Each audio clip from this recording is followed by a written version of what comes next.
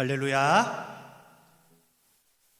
홍구 영신 예배로 예배드리는 모든 성도들을 주님의 이름으로 환영하고 축복합니다. 영상으로 우리 예배 중에 있는 모든 성도들도 함께 경건한 마음으로 하나님께 2020년도 마지막 예배로 올려드리도록 하겠습니다. 우리의 공로가 아닌 예수님의 보혈로 믿음으로 나아가오니 하나님 아버지, 우리의 예배와 찬양과 기도를 받아주시고 홀로 영광 받아 주시옵소서. 우리 찬송가 지금까지 지내온 것 주의 크신 은혜라, 이 찬양으로 하나님 영광 돌리며 나아가도록 하겠습니다.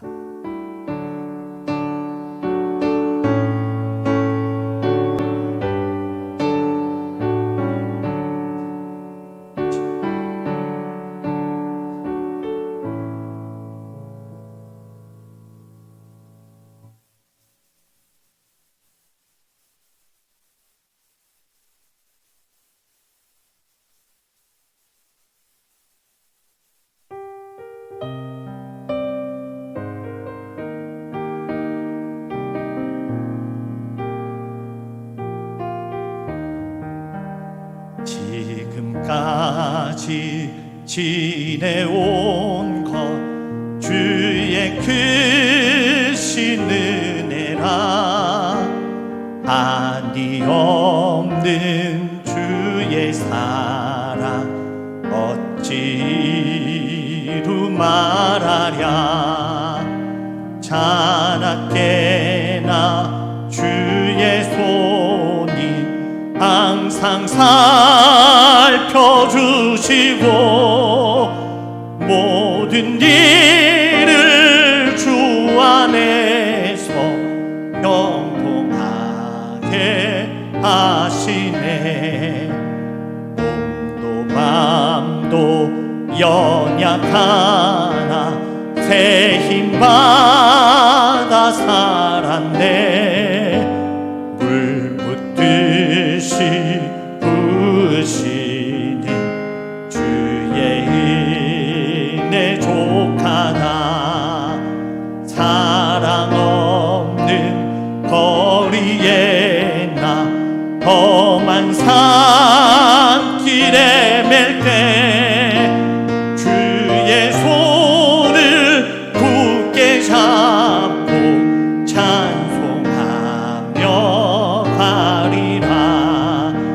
주님 다시 배올 날이 날로 다가와 무거운 짐 주께 맡겨 벗을 날도 멀잖네.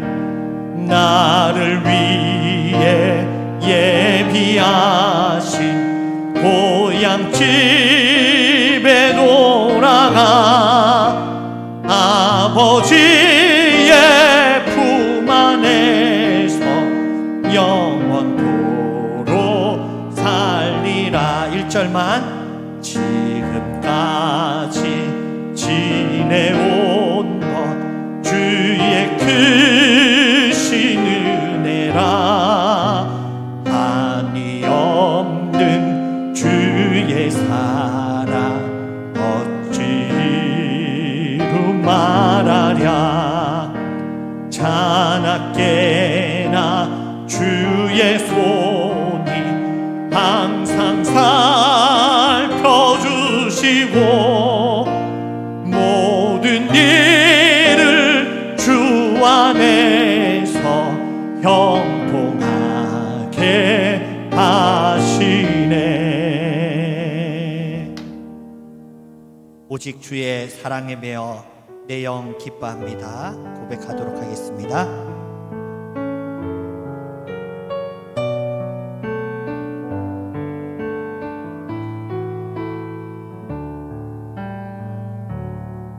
오직 주의 사랑에 매여 내 영 기뻐 노래합니다. 이 소망의 언덕 기쁨의 땅에서 주께 사랑 드립니다. 오직 주의 임재 안에 갇혀 내 영 기뻐 찬양합니다.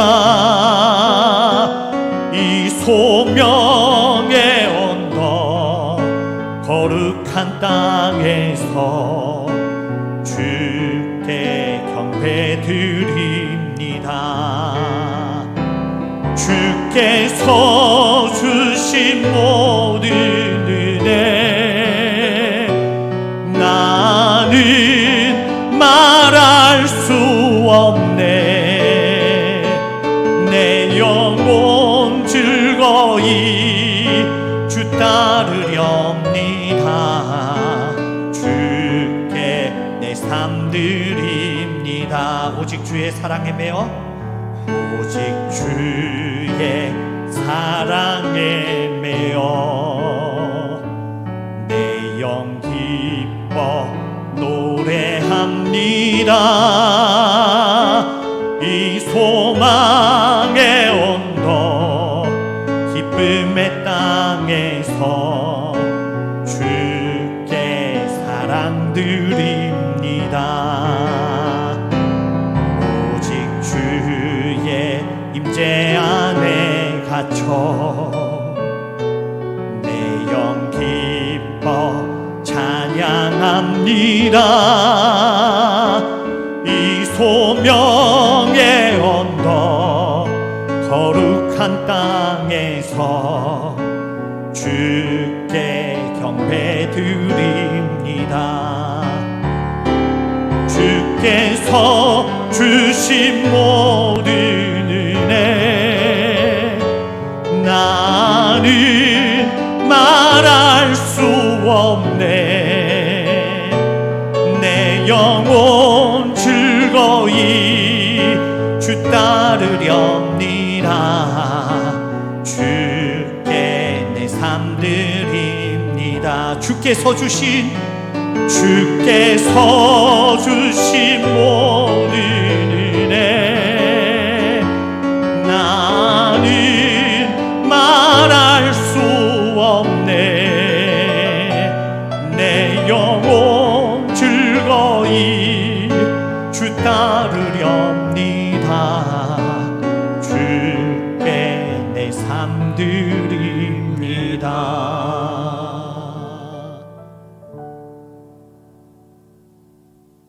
오늘 우리 송구 영신 예배를 맞이해서 먼저 예배하기 전에요 한 해를 돌아보면서 하나님 앞에 잠시 우리 회개하는 기도, 하나님의 사유의 은혜를 구하는 기도를 한 1, 2분 정도 함께 우리 피아노 반주에 맞춰서 묵상 기도하면서 또 회개 기도하면서 하나님 앞에 나아가겠습니다. 주님,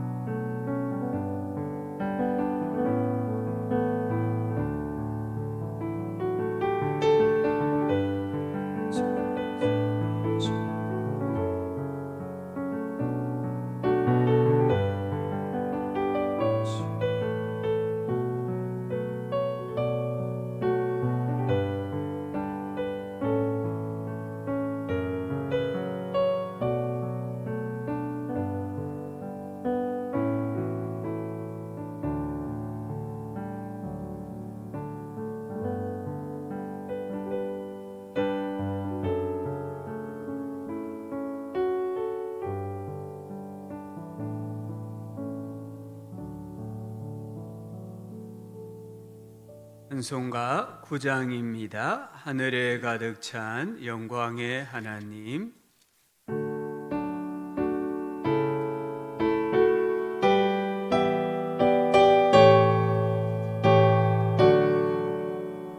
하늘에 가득 찬 영광의 하나님, 온 땅에 충만한 존귀하신 하나님, 생명과 빛으로 지혜와 권능으로 언제나 우리를 지키시는 하나님, 성부와 성자와 성령 삼위의 하나님, 우리 예배를 받아주시옵소서. 사랑이 넘치는 자비하신 하나님, 은혜가 풍성한 구원의 하나님, 자매의 심령에 평안을 주시옵고 죄악과 허물을 용서하여 주소서. 찬송과 영광과 생명 구원의 하나님, 우리 예배를 받아주시옵소서. 연약한 심령을 굳게 세워주시고 우둔한 마음을 지혜롭게 하시고 주의 뜻 받들어 참되게 살아가며 주 말씀 따라서 용감하게 하소서. 권능과 지혜와 사랑, 은혜의 하나님, 우리 예배를 받아주시옵소서. 주 앞에 나올 때 우리 마음 기쁨으로 그 말씀 힘되어 새 희망이 솟는다. 고난도 슬픔도 이기게 하시옵고 영원에 이대어 살아가게 하소서. 우리의 자랑과 기쁨, 생명의 하나님, 우리 예배를 받아주시옵소서.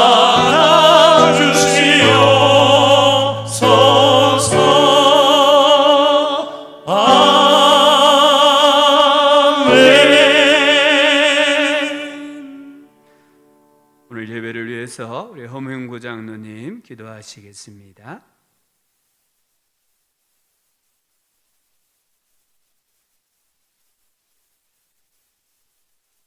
천지 만물을 창조하시고 역사의 모든 문제를 주장하시며 우리의 생사복을 주장하시는 하나님 아버지께 영광과 존귀를 드립니다. 죄와 허물 많은 우리가 한 해를 보내며 새해를 맞이하는 시점에 주님 앞에 머리 숙여 기도하며 예배드릴 때 우리의 예배를 연락하여 주시고 다가오는 한 해를 축복하여 주시옵소서. 코로나19 바이러스로 어렵고 힘들었던 2020년 한 해가 가고 우리는 희망을 가지고 2021년을 맞이하게 되었습니다. 새해는 축복받는 한 해가 되게 하여 주시기를 기도합니다. 새해에는 코로나19 바이러스 백신이 효력을 발휘하게 하시고 우리의 생활 방역이 효과를 발휘하여서 끈질기게 정식하며 우리를 위협하는 코로나19 바이러스가 완전히 조기에 소멸되도록 하여 주시옵소서. 2021년 한 해에 새해 우리가 그리스도 안에서 나쁜 옛것이 있었다면 과감히 버리고 그리스도인으로 새 사람이 되어서 주님 말씀대로 살아가는 한 해가 되도록 하여 주시옵소서. 주님께서 새해에도 한 해 동안 우리를 돌보심으로 우리의 영육을 더욱 강건하게 하시고 우리의 가족과 모든 권속들이 주 안에서 든든히 서가는 한 해가 되도록 하여 주시옵소서.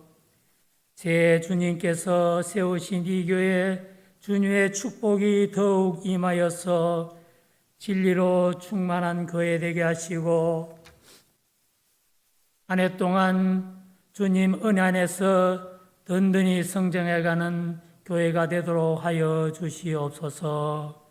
주님께서 우리를 돌보시고 우리의 조국과 민족 위에 하나님의 은총이 임하여서 정쟁으로 일삼는 정치인들이 각성하게 하시고 국민들이 편안하게 느끼는 정치를 하도록 하여 주시옵소서.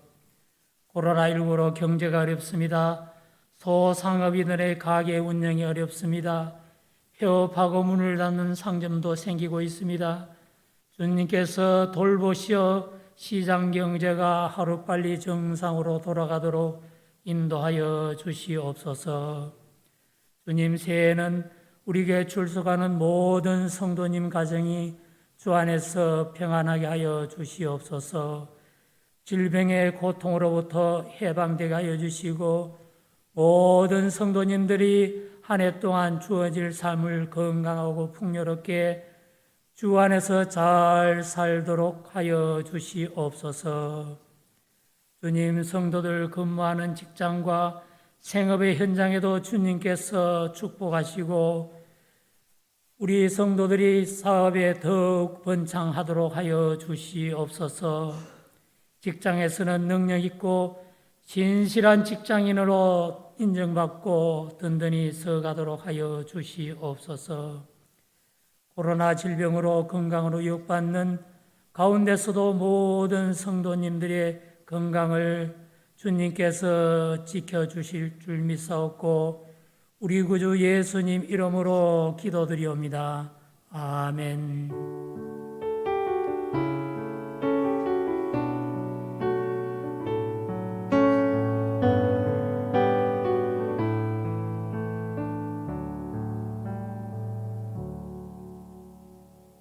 오늘 밤에 우리에게 주시는 하나님 말씀은 신약 성경 마태복음 2장 1절부터 12절까지 말씀입니다. 하나님 말씀을 제가 봉독해 드리겠습니다. 헤롯 왕 때에 예수께서 유대 베들레헴에서 나심에 동방으로부터 박사들이 예루살렘에 이르러 말하되 유대인의 왕으로 나신 이가 어디 계시냐? 우리가 동방에서 그의 별을 보고 그에게 경배하러 왔노라 하니 헤롯 왕과 온 예루살렘이 듣고 소동한지라. 왕이 모든 대제사장과 백성의 서기관들을 모아 그리스도가 어디서 나겠느냐 물으니 이르되 유대 베들레헴이오니 이는 선지자로 이렇게 기록된 바 또 유대 땅 베들레헴아 너는 유대 고을 중에서 가장 작지 아니하도다. 내게서 한 다스리는 자가 나와서 내 백성 이스라엘의 목자가 되리라 하였음이니이다. 이에 헤롯이 가만히 박사들을 불러 별이 나타난 때를 자세히 묻고 베들레헴으로 보내며 이르되 가서 아기에 대하여 자세히 알아보고 찾거든 내게 고하여 나도 가서 그에게 경배하게 하라. 박사들이 왕의 말을 듣고 갈새 동방에서 보던 그 별이 문득 앞서 인도하여 가다가 아기 있는 곳 위에 머물러 서 있는지라. 그들이 별을 보고 매우 크게 기뻐하더라. 집에 들어가 아기와 그의 어머니 마리아가 함께 있는 것을 보고 엎드려 아기께 경배하고 보배압을 열어 황금과 유향과 모략을 예물로 드리니라. 그들은 꿈에 헤롯에게로 돌아가지 말라 지시하심을 받아 다른 길로 고국에 돌아가니라. 아멘. 한 해 동안 하나님께서 우리와 함께하여 주시고 우리 성도님들의 가정과 생업, 영육 간에 은혜와 복을 주신 줄 알고 감사를 드립니다. 새해에는 교회 표가 예수님만 바라보자입니다. 우리가 힘들고 어려울수록 항상 본질을 생각을 해야 됩니다. 우리의 본질은 예수님을 바라보고 예수님에게 집중하는 것입니다.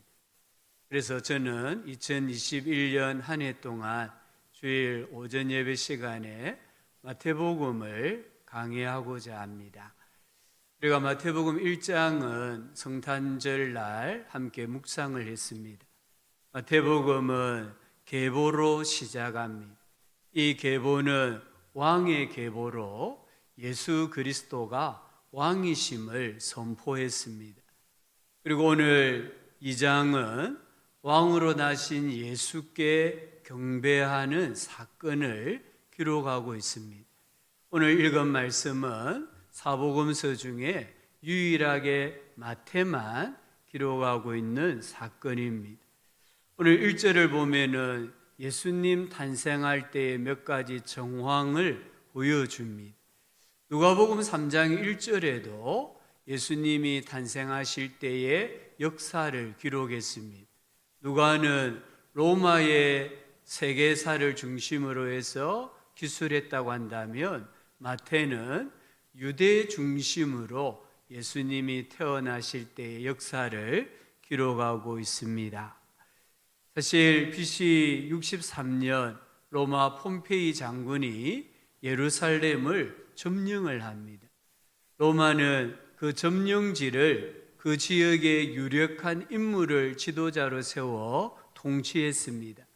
오늘 1절에 나오는 헤롯은 헤롯 대왕입니다. 그러니까 예수님 태어날 때 이때를 제외하고 나오는 헤롯은 헤롯의 자녀들을 가리킨다는 것을 먼저 아셔야 성경을 읽으실 때에 헷갈리지 않습니다.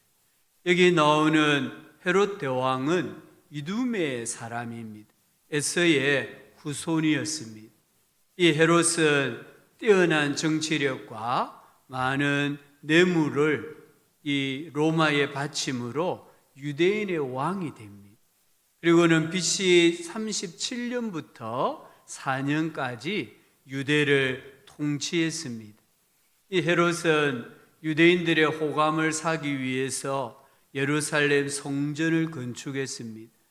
예배하고자 건축한 것이 아니라 이 유대인들의 환심을 사기 위해서 성전을 건축했습니다. 반면에 자신의 이 왕위라는 입지를 위협하는 존재가 있다고 한다면 그 누구도 살려두지 않았습니다. 심지어 아내 미리암네를 비롯해서 친족과 두 아들까지도 무참히 살해했던 사람이었습니다. 이 헤롯 왕의 유언이 참 재미가 있습니다. 헤롯은 평소에 이런 유언을 남겼다고 합니다. 예루살렘 시민 중에서 가장 존경받는 한 사람을 감옥에 가두어 두었다가 자기가 죽는 그 순간에 처형하라, 이런 유언을 남겼다고 합니다. 자신이 죽으면 예루살렘 시민들이 아무도 슬퍼하지 않고 눈물을 흘리지 않을 것 같아서 자기가 죽을 때에 현자를 같이 죽임으로 예루살렘 시민들이 그 현자를 위해 슬퍼하며 울므로 자신의 죽음을 애통하게 만들려고 했습니다. 헤롯은 BC 4년 3월에 그가 죽습니다. 오늘 예수님께서 헤롯 왕 때에 탄생하셨다고 했으니까 예수님은 헤롯 왕의 통치 말기인 BC 6년에서 BC 4년 그 사이에 베들레헴에서 탄생하신 것입니다. 오늘 말씀에는 생략이 되어 있습니다마는 유대 왕 때에 예수께서 베들레헴에서 나심에 보라, 우리 성경에는 생략되어 있습니다. 보라라는 헬라어가 원문에는 기록이 되어 있습니다. 보라, 동방으로부터 박사들이 예루살렘에 이르렀다라고 말씀합니다. 지금 성경 저자가 예수님이 탄생하실 때의 역사를 기록하면서 지금 독자들에게 주의를 환기시키고 있습니다. 경각심을 불러일으키는 단어를 사용하고 있습니다. 동방으로부터 박사들이 예루살렘에 이르렀다라고 말합니다. 여기 박사들은 마술사 이런 의미가 아닙니다. 여기 박사들은 고대 바빌론이나 페르시아의 제사장 계급을 가리킵니다. 그래서 그들은 그 나라의 선생, 선지자들로 인정을 받았습니다. 물론 이들은 천문학에 뛰어났습니다. 여러 다양한 학문으로 또는 종교에 있어서 그 나라의 중요한 인물들이었습니다. 이 박사들이 동방에서 왔다라고 합니다.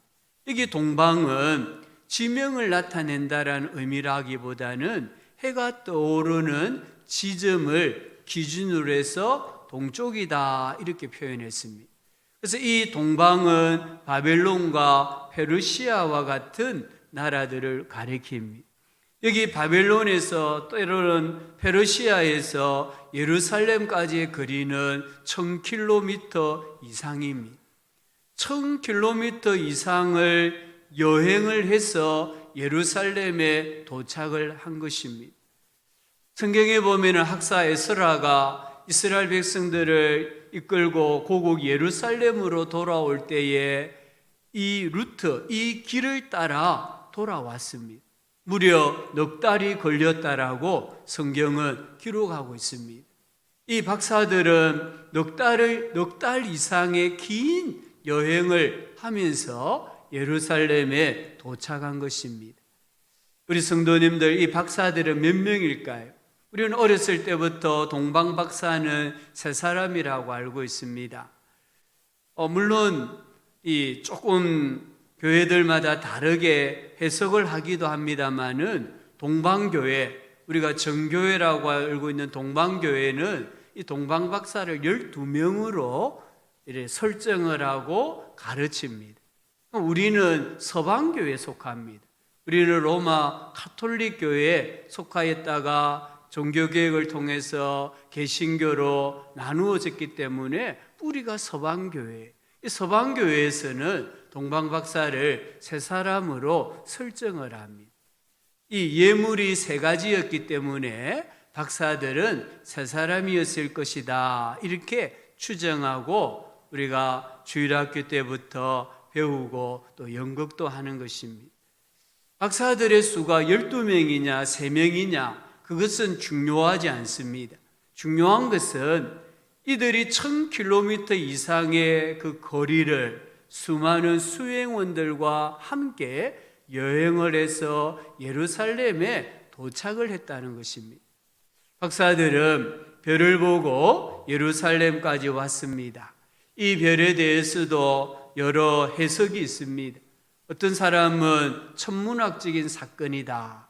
특별히 우리 한국과 중국의 천문학자들은 이 별이 BC 5년 4월에 기록된 초신성이다 이렇게 해석을 합니다. 또 어떤 사람은 하나님이 예수님의 탄생을 알리기 위해 사용하신 특별한 별이다라고 해석합니다. 또 어떤 사람은 하나님께서 보내신 천사다라고 해석을 합니다. 이 별 해석을 어떻게 하든지 간에 이 별을 보고 박사들이 왕으로 오신 예수님을 찾아왔다는 것이 마태에게 있어서는 중요하다는 것입니다. 오늘 우리가 한 해를 마무리하고 새해를 맞이하면서 정말 오늘 말씀에 나오는 이 왕에 대한 박사들의 행동을 좀 살펴보면서 새해에는 이런 다짐들을 하고 살아가는 복된 해가 되기를 바랍니다. 왕에 대한 박사들의 행동이 무엇입니까? 첫 번째는 경배했습니다. 오늘 2절에 보면은 유대인의 왕으로 나신 이가 어디 계시뇨? 우리가 그에게 경배하러 왔노라. 11절에도 경배라는 단어가 나옵니다.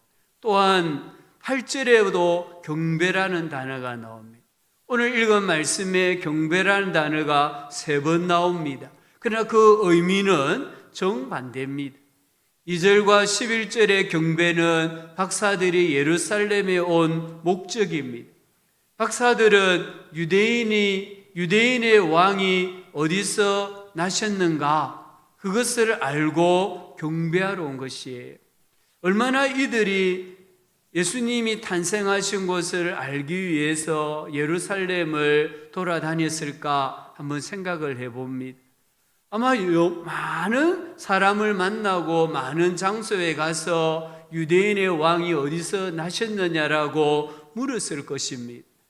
그 소문이 마침내 궁에 머물고 있는 헤롯 왕에게까지 들려졌습니다. 얼마나 동분서주하면서 유대인의 왕이 나신 장소를 사람들에게 묻고 물었으면 소문을 타고는 왕궁에게까지 이 박사들의 이야기가 들려졌다는 것입니다. 헤롯은 박사들이 말하는 유대인의 왕이 누구인지를 알고 있었습니다. 헤롯은 오늘 말씀 4절에 보면은 대제사장들과 서기관들에게 유대인의 왕이 어디서 나겠느냐 이렇게 묻지 않습니다. 그리스도가 어디서 나겠느냐라고 물었습니다. 이것은 헤롯이 유대인의 왕이 구약에서 예언되어져 왔던 그리스도라는 것을 알고 있었다라는 증거입니다. 그렇다고 하면 오늘 말씀 3절에 보면은 헤롯 왕과 온 예루살렘이 듣고 소동한지라고 했는데 이 사실은 소동할 일이 아니라 기뻐할 일입니다. 말라기 선지자 이후로 400년 동안 하나님의 음성이 들리지 않았습니다. 이 400년은 영적 암흑기였습니다. 하나님의 음성을 듣지 못하는 게 우리가 겪는 가장 큰 비극입니다. 오늘 우리 인간에게 있어서 최악의 비극이 무엇이냐? 하나님의 부재를 경험하는 것입니다. 하나님이 살아계시는데 하나님을 느끼지 못하는 것, 하나님의 살아계심이 내 삶 가운데 체험되지 아니하고 구현되지 아니하는 것이 오늘 우리 인간이 겪는 최악의 비극입니다. 무려 400년 동안 하나님의 부재를 경험했습니다. 그런데 오늘 하나님께서 오랜 침묵을 깨시고 사람으로 이 땅에 오셨다고 합니다. 어둠을 뚫고 빛으로 오셨다고 합니다. 얼마나 기쁜 일입니까? 하지만 헤롯과 예루살렘 사람들, 특별히 대제사장과 서기관들은 기뻐하지 않았습니다. 소동했다고 했습니다. 소동했다 이 말은 고통을 당했다 이 말입니다. 괴로웠다 이 말입니다. 대제사장과 서기관은 헤롯 왕보다 메시아에 대하여서 더 많은 것을 알고 있었습니다. 헤롯은 유대인의 왕이 그리스도라 여기까지만 알고 있었고 어디서 나실 것인지에 대해서는 몰랐습니다. 하지만 대제사장들과 서기관들은 그 유대인의 왕이 메시아일 뿐 아니라 어디서 태어나는지도 알고 있었습니다. 정확하게 알고 있었습니다. 헤로드 왕이 물었을 때에 조금도 주저함이 없이 베들레헴에서 나셨다라고 말하고 있습니다. 이들은 말씀에 관한 지식은 정말 컴퓨터 수준이었습니다. 우리가 컴퓨터에서 단어를 검색하면은 바로바로 알려주는 것처럼 예수님에 대한, 메시아에 대한 그들의 성경적인 지식은 컴퓨터와 같은 그런 수준이었습니다. 하지만 오늘 말씀에 보면은 그들은 베들레헴을 향하여서 한 발자국도 옮기지 아니하는 모습을 봅니다. 그들은 기뻐하지 않았습니다. 오히려 소동했다고 했습니다. 왜 그렇습니까? 기득권을 빼앗길까 봐 두려웠기 때문입니다. 오늘 4절에 보면, 4절 말씀에 보면은 왕이 모든 대제사장과 백성들의 서기관들을 모아 그리스도가 어디서 나겠느냐 물었다라고 했습니다. 여기 물었단 말은 한 번 물었다는 말이 아닙니다. 계속해서 묻고 물었다 이 말입니다. 헤로드 왕은 그리스도의 탄생 장소에 대해서 집요하게 물었습니다. 왜 물었을까요? 경배하기 위해서였을까요? 아닙니다. 그의 왕이라는 자리를 위협하는 악이 예수님을 살해하기 위해서입니다. 2장 8절에도 보면은 예수님을 경배할 목적이 아니라 예수님을 죽일 목적으로 박사들에게 예수님의 탄생 소식을 알려달라고 말을 합니다. 성전을 건축한 것도 하나님을 예배하기 위함이 아니라 왕위를 지키는 수단으로 삼기 위해서 성전을 지었습니다. 하지만 반면에 이 박사들은 어떻습니까? 박사들은 그리스도 메시아에 대한 지식이 없었습니다. 단지 유대인의 왕에게 경배하기 위해서 예루살렘에 왔습니다. 그들의 부족한 지식이 예수 그리스도를 경배하는데 전혀 걸림돌이 되지 않았다는 것을 우리는 꼭 기억해야 합니다. 신앙생활에서 제일 무서운 것이 무엇입니까? 가장 무서운 것은요, 나는 다 안다라는 교만이라는 겁니다. 알면서 행하지 않는 삶입니다. 예수님이 누구신지 압니다. 하나님께서 기뻐하시는 것이 무엇인지 압니다. 그런데 행하지 않습니다. 이게 가장 무서운 신앙의 적입니다. 귀신들도 예수님이 하나님의 아들이라는 것을 압니다. 그러나 예수님을 경배하지 않습니다. 대제사장들, 서기관들은 베들레헴에서 메시아가 탄생하신다는 것을 알고 있었습니다. 그러나 달려가지 않았습니다. 경배하지 않았습니다. 왜 그럴까요? 말씀은 알고 있었지만 하나님의 은혜를 경험하지 못했기 때문입니다. 말씀의 은혜에 대한 감격이 없었기 때문입니다. 우리가 예수님이 그리스도라고 정말 믿는다면은 우리는 눈물로 회개하고 우리 주님이 지셨던 그 피 묻은 나무 십자가를 사랑하는 신앙이 있어야 되고 내 생에 가장 중요하고 소중한 것을 주님께 드리는 헌신이 있어야 한다는 것입니다. 오늘 이 동방의 박사들 어떤 경배입니까? 1000km 이상의 거리를 낙타를 타고 사막을 걸어서 최소 넉 달의 시간을 소요하여 예루살렘에 온 거예요. 이들의 경배는 죽으면 죽으리라 했습니다. 이들의 경배는 일사각오의 신앙이 없으면 할 수 없는 경배입니다. 이들이 넉 달 이상의 시간을 여행을 해서 예루살렘에 왔습니다. 베들레헴에 도착했습니다. 아기 예수님께 경배했습니다. 얼마 정도 시간이 소요되었을까요? 아기 예수님을 배우는 시간이 얼마였을까요? 저는 그 시간이 1시간을 넘지 않았다고 봅니다. 아기 예수님을 보고 기뻐서 예물을 드리고 그 시간은 채 10분이 안 됐을 수도 있습니다. 채 10분 정도, 아니 조금 크게 잡아서 1시간 정도 아기 예수님께 경배하기 위해서 넉 달 이상의 여행을 했던 사람들이 이 동방의 박사들이라는 것입니다. 이 박사들처럼 우리가 하나님께 예배하는 일에 목숨을 걸 수 있어야 됩니다. 예배에 목숨을 걸면 하나님께서 책임져 주십니다. 우리 인생에서 가장 소중한 것은 하나님을 만나는 사건입니다. 하나님께 가까이함이 내게 복이라고 하지 않았습니까?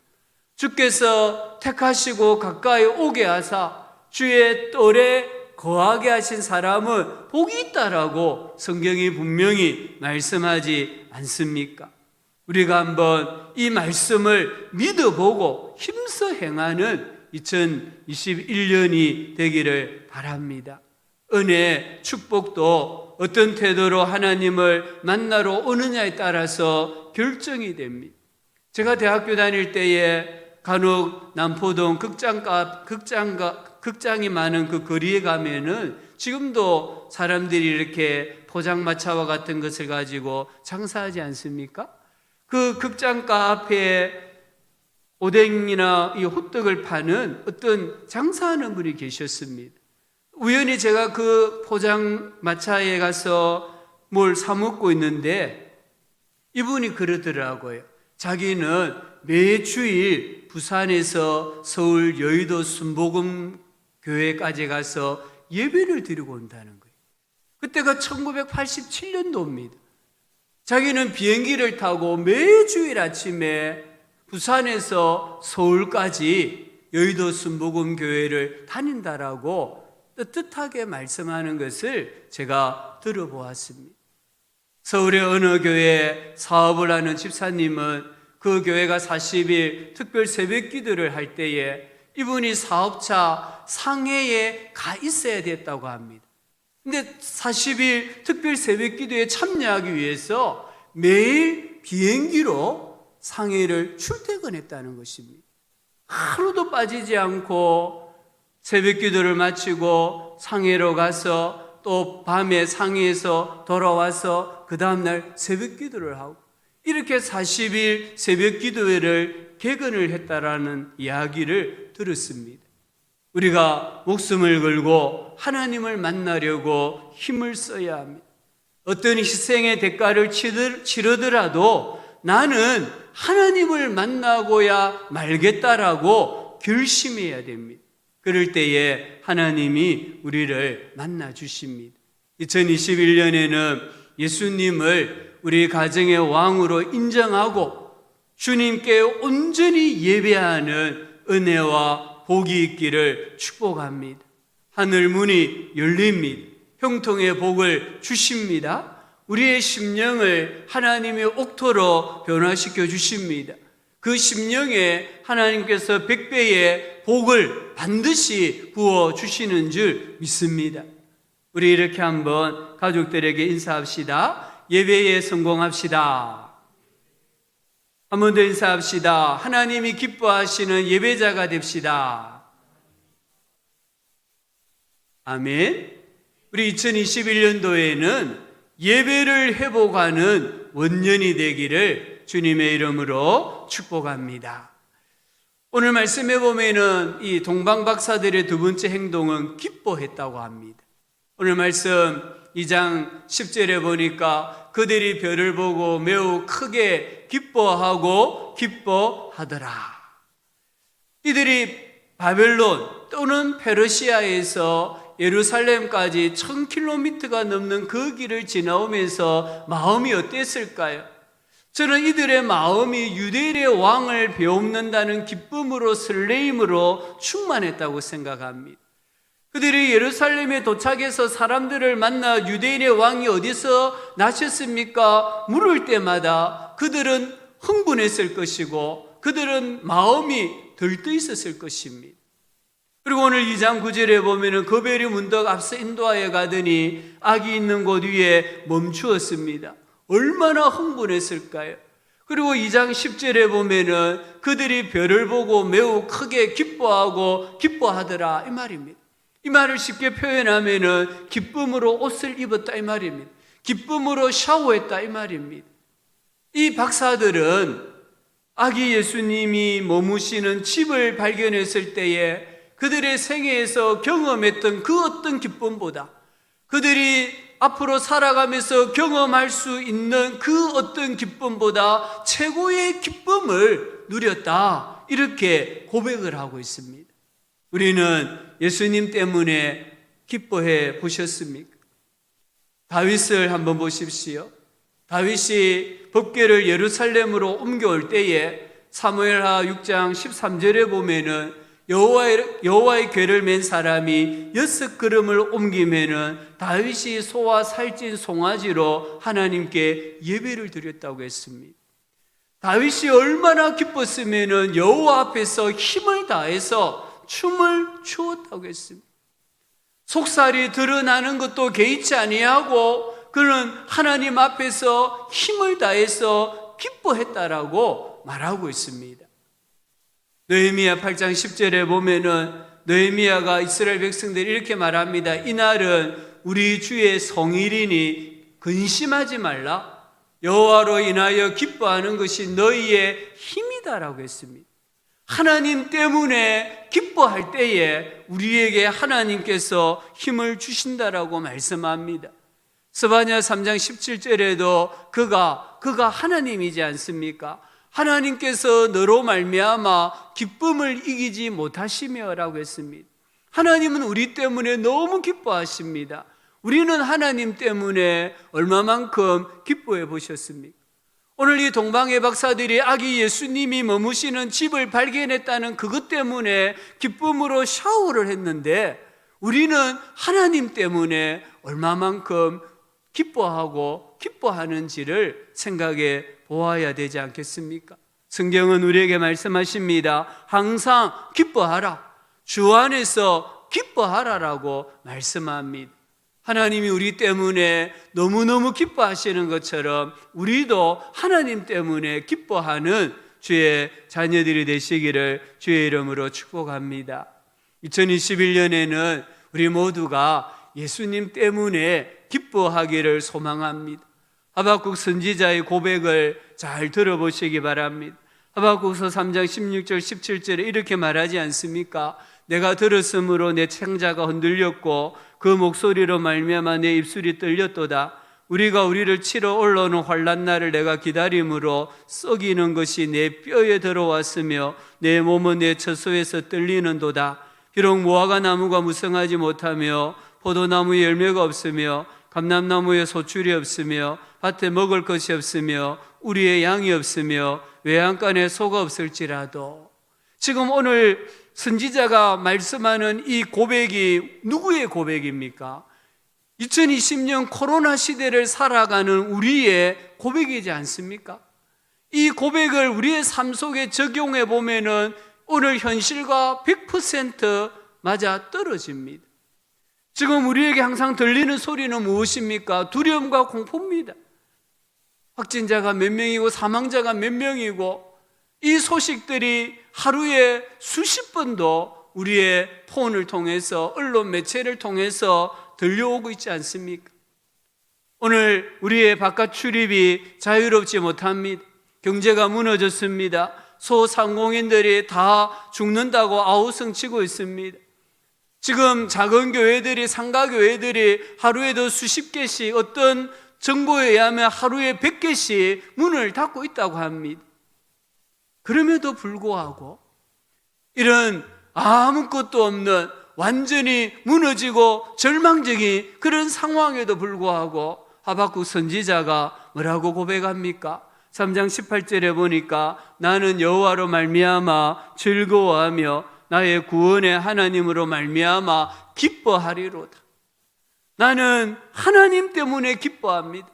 나는 하나님 때문에 즐거워합니다. 이렇게 고백하고 있지 않습니까? 오늘 우리가 이 코로나 상황으로 인해서 모든 것을 잃어버린 것 같고 모든 것이 절망적인 것 같다 할지라도 우리는 하나님 때문에 기뻐하는 교회가 되고 하나님 때문에 기뻐하는 하나님의 백성들이 되실 수 있기를 주의 이름으로 축복합니다. 내가 예수님을 믿는 사실 하나만으로도 우리는 기뻐해야 될 이유가 충분하다는 것을 믿음으로 고백하시기를 바랍니다. 우리 예수님께서 요한복음 16장 24절에 보니까 이렇게 말씀하셨습니다.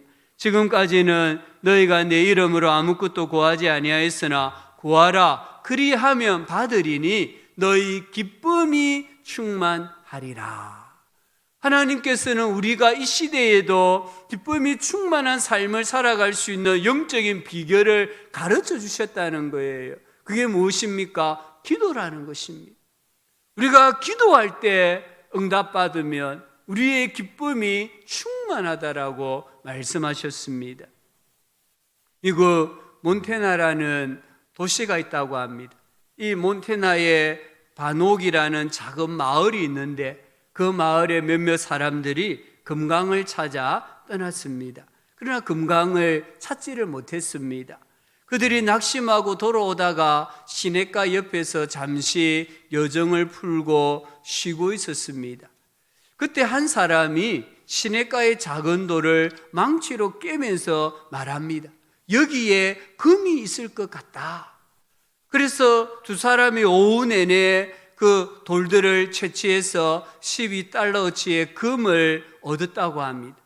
다음 날에는 모든 일행이 금을 채취해서 약 50달러어치의 금을 얻었다고 합니다. 그 시대로 보면 엄청난 돈이었다고 합니다.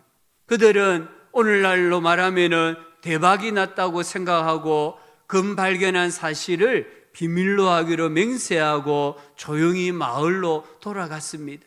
그래서 이제 이 금을 캘 수 있는 도구들을 잘 준비해서 우리가 조용히 떠나서 금광을 캐자, 이렇게 말을 맞추고 마을로 돌아왔습니다. 모든 준비를 끝내고 출발을 하는데 깜짝 놀랐다고 합니다. 그들 뒤로 약 300명의 주민들이 따라오고 있었다고 합니다. 누가 비밀을 발설했는지 알아보았지만 아무도 발설하지 않았다고 합니다. 알고 보니까 그들의 얼굴에 기쁨이 충만하다라는 거예요. 금광을 발견했다라는 그 기쁨을 말로는 아무도 말하지 않았는데 얼굴에 기쁨이 충만하니까 마을 사람들이 볼 때 저들이 분명히 금광을 발견했을 것이다, 이렇게 확신하고 이들이 떠날 때에 함께 길을 나섰다는 것입니다. 힘들고 어려운 시대입니다. 이러한 시대에 우리 교회들이, 우리 성도님들이 하나님을 믿는 것 때문에 기뻐하는 그 기쁨이 우리의 표정 속에, 우리의 말 속에, 우리의 삶 속에 드러날 때에 이 시대의 사람들이 다시 희망을 가지고 소망을 가진다는 것을 꼭 기억해야 되겠습니다. 시편 37편 4절은 여호와를 기뻐하라, 그가 내 마음의 소원을 내게 이루어 주시리라. 하나님 살아계십니다. 하나님 때문에 기뻐하십시오. 우리가 구원을 받았습니다. 그것 때문에 기뻐하는 우리 성도님들이 되시기를 바랍니다. 세 번째는 이 박사들은 아기 예수님께 예물을 드렸습니다. 오늘 11절에 보니까 집에 들어가 아기께 경배하고 보배압을 열어 황금과 유향과 모략을 예물로 드리니라. 근데 오늘 말씀을 잘 보셔야 됩니다. 박사들은 집에 들어가서 누구에게 엎드렸다고 했습니까? 아기께 엎드렸습니다. 아기께만 엎드렸습니다. 누구에게 경배했습니까? 아기께만 경배했습니다. 누구에게만 예물을 드렸습니까? 아기 예수님께만 예물을 드렸습니다.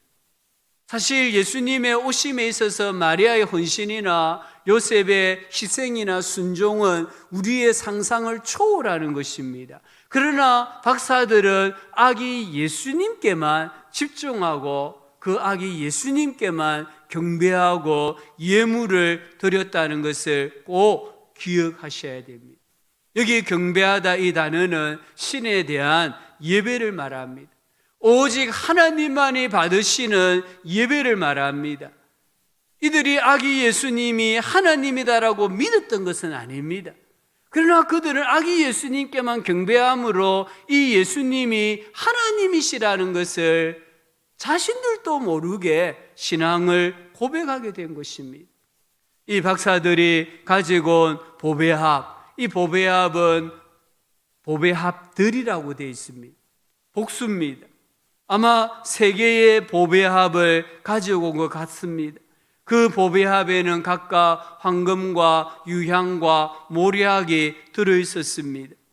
이들이 이 세 가지 예물을 아기 예수님께 드렸습니다.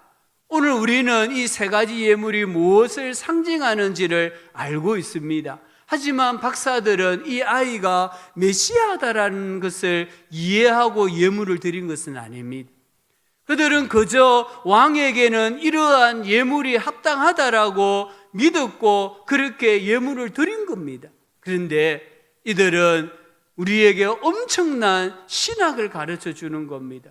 이 황금은 예수님이 왕이라는 것을 나타내고, 유향은 예수님이 하나님, 신성을 가지신 분이라는 걸 나타내고, 모략은 예수님의 십자가의 죽음을 상징하는 거잖아요. 이들은 알지 못하고 드렸는데, 그저 왕에게 합당한 예물이라고 생각하고 드렸는데 엄청난 영적인 의미를 가지고 있었다는 것을 우리에게 가르쳐 주고 있습니다. 이 보배합을 어디서 가져왔습니까? 동방에서 출발할 때부터잖아요. 그 100km 이상의 거리를 사막입니다. 산을 넘어야 됩니다. 엄청 높은 험한 산을 넘어야 됩니다. 이 보배합을 가지고 온다는 것은 정말 쉬운 일이 아닙니다. 정말 무겁기도 했지만 귀찮았습니다. 도적대를 만날 수도 있었고 강도대를 만날 수도 있었고 이 보배합을 간수한다는 게 쉽지가 않았습니다. 그런데 왜 이들이 보배합을 끝까지 간수하고 가져왔습니까? 경배하는 일에는 예물이 필요하다는 것을 알았기 때문입니다. 참된 예배는 정말 정성 어린 예물을 드림으로써 하나님께 영광을 돌리게 되는 것입니다. 한 해 동안에 우리가 드리는 이 예물에 우리 성도님들의 기도가 있고 감격이 있고 기쁨이 있음으로 말미암아 하나님이 즐거이 받으시는 예물이 되기를 간절히 소망합니다. 정원호 목사님 설교를 읽어보니까 이 부분을 이렇게 적용을 했더라고요. 주일 예배에 드리는 예물 중에 11조는 황금에 속한다. 당신은 우리의 왕이십니다라는 고백이 11조라고 했습니다. 감사 예물은 유향이다.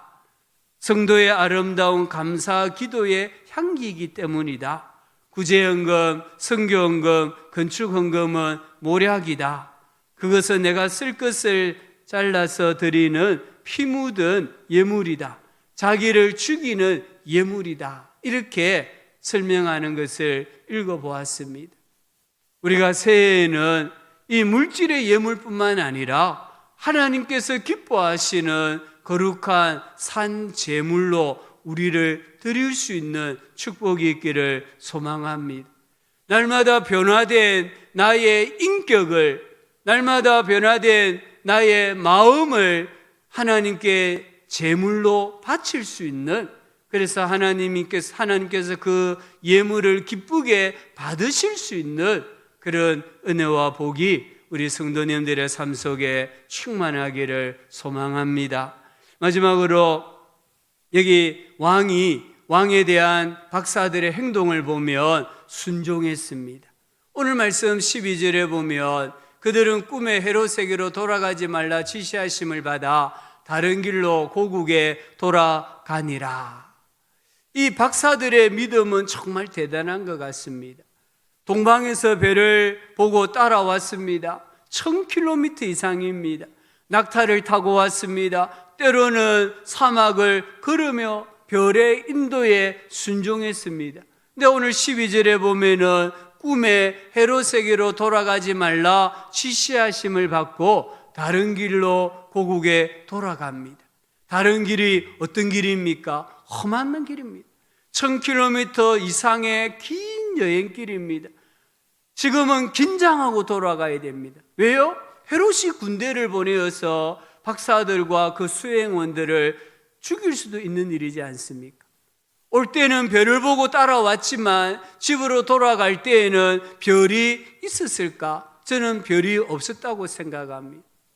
그들은 별이 없는 가운데 오직 믿음을 가지고 고국으로 집으로 돌아가야만 했습니다. 그런데 오늘 말씀에 순종했다라고 합니다. 이들의 순종이 어디에서 나왔겠습니까? 아기 예수님을 보고 경배하고 예물을 드림으로 하나님께서 그들의 마음에 큰 은혜를 주셨기 때문입니다. 그들이 아기 예수님께 경배하고 예물을 드림으로 자신들도 모르게 깊은 영향력을 받았기 때문에 다른 길로 돌아가라는 이 천사의 지시에 순종하는 모습을 보여주고 있습니다. 순종은 예배의 열매입니다. 순종은 예배의 마지막 퍼즐입니다. 우리가 순종하지 않는다고 한다면은 예배의 이 퍼즐판은 결코 완성되어질 수가 없습니다. 마리아가 말씀대로 이루어지이다 순종했을 때에 역사가 일어나지 않았습니까? 요셉이 주의 천사의 말씀에 순종했을 때에 큰 역사가 일어나지 않았습니까? 2장 13절 이하에 쭉 보면요, 요셉이 주의 천사의 말씀에 순종하는 장면이 나옵니다. 2장 13절부터 15절에 보면은 애굽으로 내려가라는 지시에 순종합니다. 또 2장 19절부터 보면은 애굽에서 이스라엘 땅으로 돌아오라는 지시에 순종합니다. 그리고 2장 22절 23절에 보면은 갈릴리 나사렛에 가서 사는 삶에 순종합니다. 순종했을 때 어떤 일이 일어났습니까? 하나님의 말씀이 성취되어졌습니다. 순종이 얼마만큼 중요한지 우리에게 보여줍니다. 우리가 순종할 때에 하나님의 말씀이 성취가 됩니다. 내가 순종하지 아니하면 아무리 하나님의 말씀이 힘이 있고 권세가 있고 능력이 있다 할지라도 그 말씀이 성취되지 않습니다. 순종할 때에 예언이 성취되고 하나님의 말씀이 성취된다는 것을 우리 성도님들이 꼭 기억하면서 정말 2021년에는 순종함으로 내 삶을 통해 말씀이 성취되는 축복을 경험하는 우리가 되기를 주의 이름으로 축복합니다.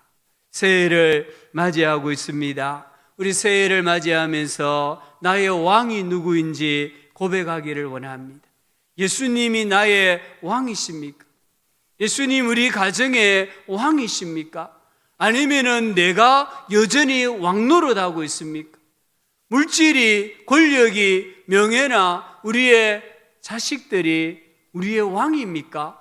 아니면은 예수님이 왕입니까? 예수님이 왕이심을 고백할 때에 동방박사들처럼 예수님만 경배하게 되고 예수님 때문에 기뻐하게 되고 예수님께 거룩한 산 제물로 드려지고 말씀에 순종하는 역사가 일어난다는 것을 꼭 기억하면서 나의 왕이 누구인지를 고백하는 우리 성도님들 되시기를 바랍니다. 또한 이 박사들은 별을 따라 이동했다고 했습니다. 올 한 해 동안에 내 인생을, 우리 가정을 인도하는 별은 무엇일까요? 오늘 우리에게 별은 하나님의 말씀입니다. 주의 말씀은 내 발의 등이요 내 길의 빛이라고 했습니다. 우리 성도님들 한 해 동안에 말씀 중심으로 살아가시기 바랍니다. 특별히 2021년도에는 성경 쓰기 캠페인을 합니다. 정말 우리 성도님들이 성경을 한번 써보면서 말씀이 뭐라고 말씀하시고 말씀이 어디까지 우리 가정을 인도해 가시는지를 정말 경험하고 입술로 고백하는 그런 은혜가 있기를 소망합니다. 하나만 더 보면 신앙의 동지를 구하시고 신앙의 동지가 되는 한 해가 되기를 소망합니다. 동방의 박사들이 12명인지 3명인지 그건 중요하지 않습니다. 그러나 이들은 마음이 맞았고 뜻이 맞았고 믿음이 맞았다는 게 중요합니다. 만약에 3명 중에 한 사람이라도 여행 도중에 나는 못하겠다 포기했다고 한다면, 다른 길로 돌아가라고 명하셨을 때에 나는 싫어, 나는 왔던 길로 돌아갈 거야, 이렇게 말씀했다고 한다면 하나님의 말씀이 어떻게 성취가 되어졌겠습니까? 이 3사람이든 12명이든 이들은 마음이 같았습니다. 그래서 서로를 붙잡아 주었습니다. 서로를 일으켜주는 믿음의 동력자들이었다는 겁니다. 그래서 긴 여행도 함께 할 수 있었고 마침내 꿈을 이루게 되어졌고 하나님의 말씀에 순종하는 믿음의 사람이 되어졌습니다. 2021년도 예수님 때문에 우리가 행복했으면 좋겠습니다. 흥분하고 설레이는 날들을 살아가기를 소망합니다. 정말 2021년도에는 예수님의 말씀을 따라서 우리 인생의 희로애락 가운데 승리하는 그런 복된 한 해가 되기를 간절히 소망합니다. 예수님은 만왕의 왕이십니다. 예수님은 우리의 왕이십니다. 우리의 왕이신 예수님을 모시고 주의 이름으로 승리하고 축복을 누리며 선한 영향력을 끼치는 우리 교회가 되고 우리 성도님들이 또한 가정이 되는 2021년이 되기를 주님의 이름으로 축원합니다. 하나님 아버지 감사합니다. 오늘 이 동방의 박사들처럼 우리도 우리의 왕이신 예수님께 경배하고 그 예수님 때문에 기뻐하고 예수님께 우리를 제물로 드리고 또 예수님 말씀에 순종할 수 있는 복을 주시기를 원합니다. 정말 새해에는 예수님 때문에 행복했으면 좋겠습니다. 예수님 때문에 만족했으면 좋겠습니다. 예수님 때문에 마음이 설레였으면 좋겠습니다. 그렇게 살아갈 수 있는 복을 우리 영원함 교회와 우리 교회 모든 성도님들과 가정에 허락하여 주시옵소서. 예수님의 이름으로 기도합니다. 아멘. 우리 시간에 새소망 기도회를 잠시 가졌으면 좋겠습니다. 기도 제목 우리가 늘 하던 기도 제목인데요, 3가지입니다. 나라를 위해서, 교회를 위해서, 가정을 위해서입니다. 나라는 우리 문재인 대통령이 이제 임기 마지막 해잖아요. 국정을 끝까지 안정되게 잘 이끌어 나갈 수 있도록 기도해 주시고요. 코로나 이 상황이 정말 우리 바람은 봄이 지나가기 전에 종식되고 또 백신이 맞아지고 치료제가 모든 국민들에게 제공되어 줄 수 있도록 기도해 주시고요. 두 번째는 우리 교회를 위해서 기도하실 때에 예수님 때문에 행복한 교회, 예수님 때문에 기쁨이 충만한 교회가 되고 복음을 땅끝까지 증거하는 교회가 될 수 있도록 기도해 주시고요. 선교지에 의외로 많은 선교사님들이 코로나 바이러스에 감염이 되어가지고 지금까지 크게 고생을 하고 있다고 합니다. 우리는 다 알지 못하지만 또 우리 선교지의 선교사님들 안전과 건강, 생명, 사역을 위해 기도하시고요. 가정을 위해서 기도할 때에는 하늘문이 열리는 가정, 하나님께서 임재하시는 가정, 하나님이 긍휼히 여겨주시는 가정이 되어줄 수 있도록 이 3가지 기도 제목 가지고요. 우리 피아노 반주에 맞추어서 우리 한 4-5분 정도 작은 소리로 또 우리 기도하도록 하겠습니다. 하나님 아버지 은혜와 사랑을 감사합니다. 하나님께서 우리를 사랑하심으로 2020년도를 보내게 하여 주시고 2021년 새해를 주신 것을 감사합니다. 아버지 새 소망을 가지고 하나님 앞에 기도합니다. 대한민국을 사랑하여 주시고 대한민국을 긍휼히 여겨 주시기를 원합니다. 우리 문재인 대통령 마지막 5년차 아버지 임기를 하나님 은혜 가운데 잘 이끌어갈 수 있도록 도와주시고 마무리할 수 있도록 도와주시기를 원합니다.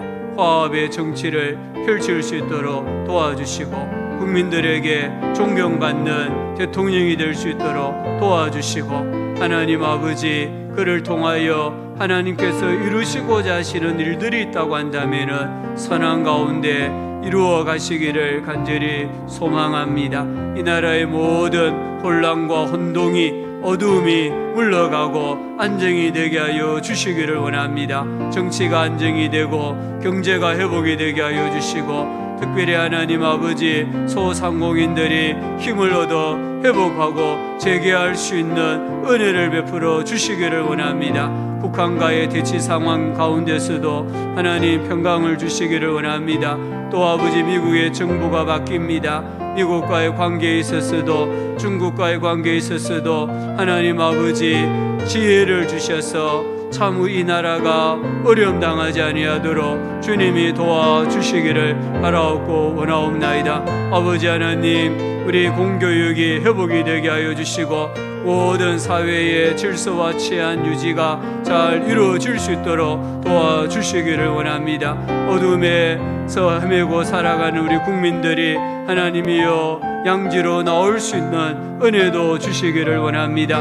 우리 교회를 하나님 기억하여 주옵소서. 한국의 교회들을 긍휼히 여겨주시고 교회가 모든 성공주의와 세속주의와 인본주의와 물질주의를 버리게 하여 주시고 하나님 말씀 중심으로 돌아가게 하여 주시기를 원합니다. 교회가 교회의 본질을 회복하게 하여 주시기를 원합니다. 교회가 물량주의를 과감하게 버리게 하여 주시고 하나님의 나라를 이루는 교회 되게 해주시기를 원합니다.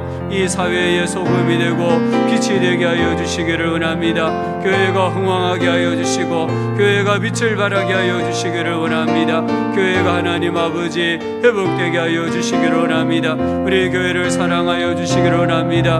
교회 안에 말씀의 권세가 나타나게 하여 주시고 기도의 능력이 나타나게 하여 주시고 성교의 열매가 맺어지게 하여 주시기를 원합니다.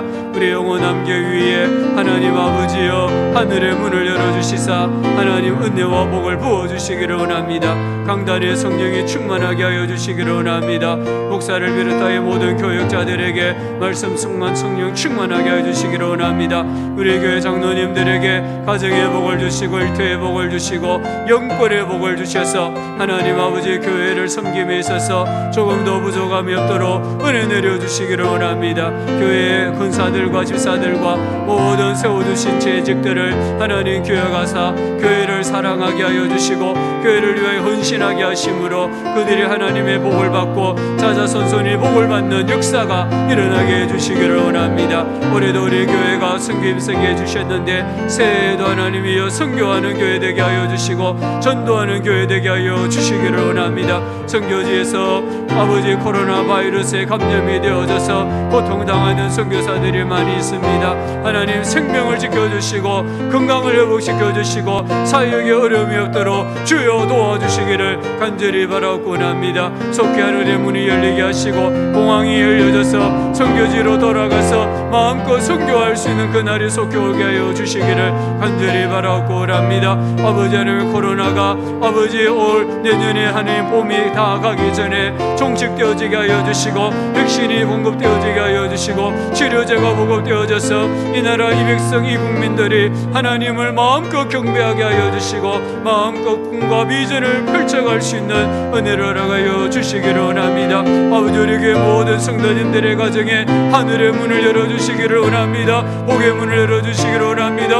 형통의 문을 열어주시기를 원합니다. 아버지의 가정들마다 옥토가 되게 하여 주시기를 원합니다. 백배의 열매 맺는 가정 되게 하여 주시기를 원합니다. 하나님의 마음이 머무는 가정이 되게 하여 주시고 하나님이 귀를 기울여 주시는 가정이 되게 하여 주시고 하나님이 기도에 응답해 주시는 가정이 되게 하여 주시고 하나님께서 크신 날개로 품어주시는 가정이 되게 하여 주시기를 원합니다. 아버지 새해 우리 가정들마다 꿈꿉니다. 비전을 가집니다. 하나님 아버지 이루어지는 역사가 일어나게 해주시기를 원합니다. 우리의 자녀들이 예수를 잘 믿는 자녀들 되게 해주시고 우리 부모님들에게 영육간의 강건함을 주시기를 간절히 바라옵고 원합니다. 하나님 아버지 너무나 감사합니다.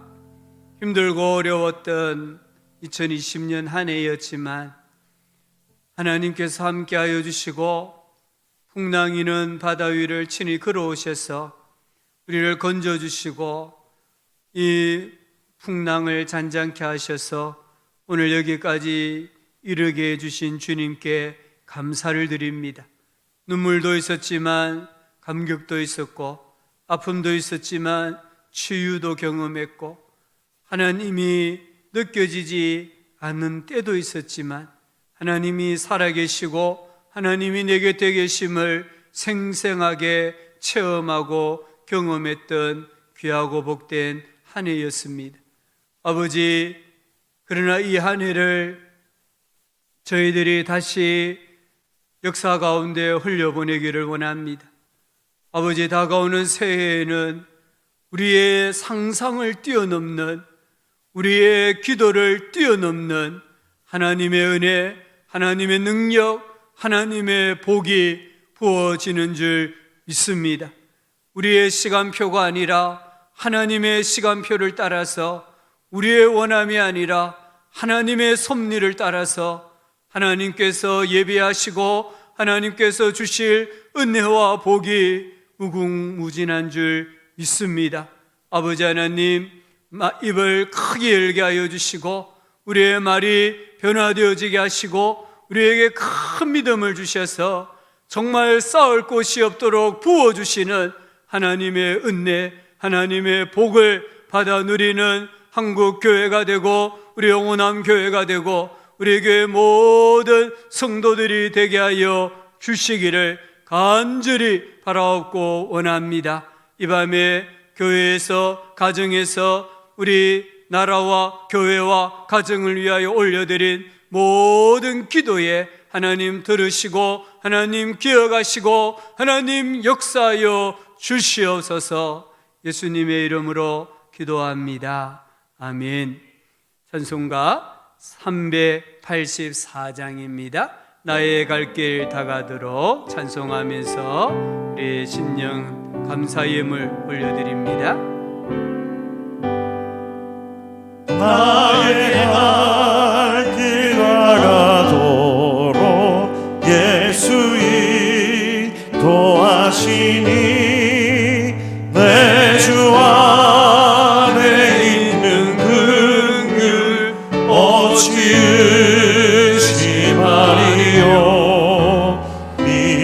믿음으로 사는 자는 하늘 위로 받겠네. 무슨 일을 만나든지 만사형통하리라. 무슨 일을 만나든지 만사형통하리라. 나의 갈 길 다가도록 예수 인도하시니 어려움이 당할 때도 족하는 해주시네. 나는 심히보다 하고 영혼 매우 가라마.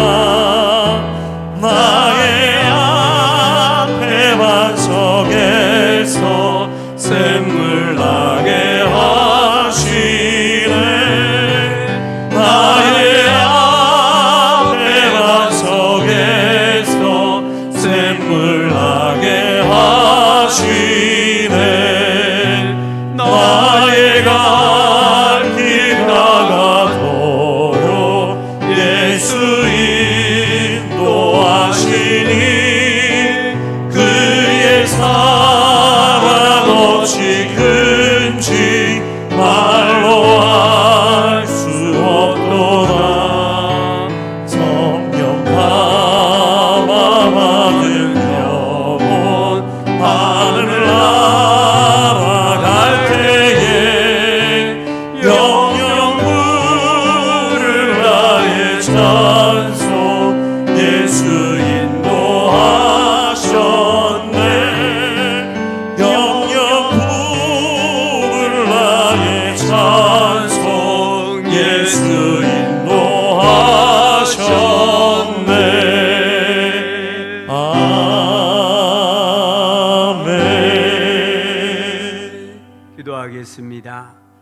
하나님 아버지, 무건해를 보내고 새해를 맞이하면서 하나님께 신령 감사 헌금을 올려드립니다. 지난 한 해 동안 지켜주신 하나님 감사합니다. 2021년도에도 하나님 은혜로 인도하옵소서.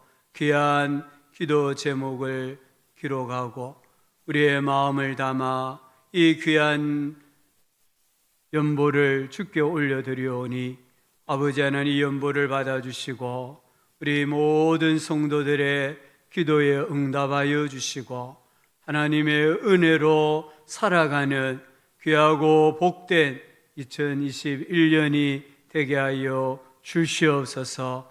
가정에 복 주시고 건강에 복을 주시고 하나님 영광이 풍성하게 나타나는 귀하고 복된 한 해 되게 하여 주시옵소서. 감사합니다.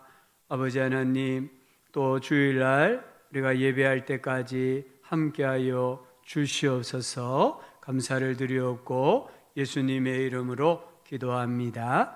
아멘. 광고 말씀, 우리 새해 인사인데요. 우리 한번 서로 또 우리 가족들 간에 성도들 간에 새해 인사했으면 좋겠습니다. 새해 복 많이 받으세요. 한 번 더 인사합시다. 새해 복 많이 나누어 주세요. 새해 복 많이 나누어 주세요. 아멘. 하나님께서 우리 성도님들의 가정과 일터에 함께 하시기를 소망합니다. 하나님의 평강이 우리 성도님들의 가정과 일터에 함께 하시기를 소망합니다. 하나님의 함께 치료하여 주심이 우리 성도님들의 영육간에 함께 하시기를 소망합니다. 그리고 내일 새벽 기도회는 오늘 예배하였기 때문에 쉬도록 하겠습니다. 우리 1월 3일 신년 첫째 주일이지만 역시 또 비대면 영상 예배로 드려야 될 것 같습니다. 온 가족이 예배하는 일에 마음을 모아 주시기를 다시 한번 부탁을 드립니다. 축복 기도하겠습니다. 구주 예수님의 은혜와 하나님 아버지의 큰 사랑과 성령 하나님의 위로하여 주시고 교제하여 주시고 치료하여 주시며 평강을 주시는 은혜가 예수님께서 나의 왕이심을 담대히 고백하며 한 해 동안 경배와 기쁨과 예물과 순종함으로 왕이신 하나님을 섬기며 살아가기로 마음에 결심하고 다짐하며 새해를 맞이하는 성도님들의 삶 가운데 가정 위에 앞날 위에 오민 교회 위에 영원토록 함께 있을지어다. 아멘.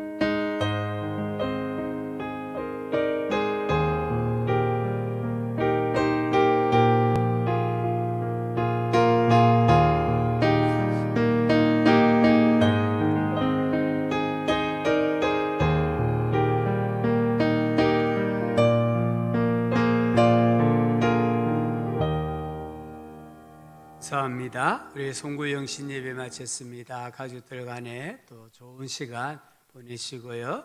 내일 신정인데요. 행복한 시간 보내시기 바랍니다. 네, 감사합니다.